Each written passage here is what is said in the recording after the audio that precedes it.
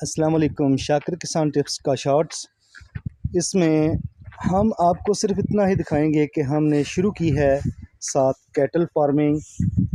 ये हमारा छोटा सा फार्म है जिसमें हम जानवर रखे हुए हैं। अभी ये तैयार हो रहा है।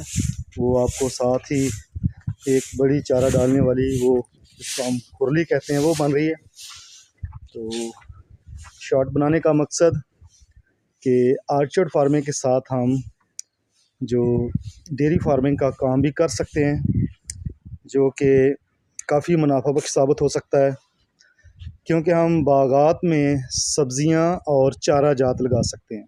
तो उसमें हम अगर डेयरी फार्मिंग की एडिंग कर दें तो ये हमारे मुनाफे में 2 से 3 गुना इजाफा करने का बायस बनेगा। तो दोस्तों, बहुत बहुत शुक्रिया।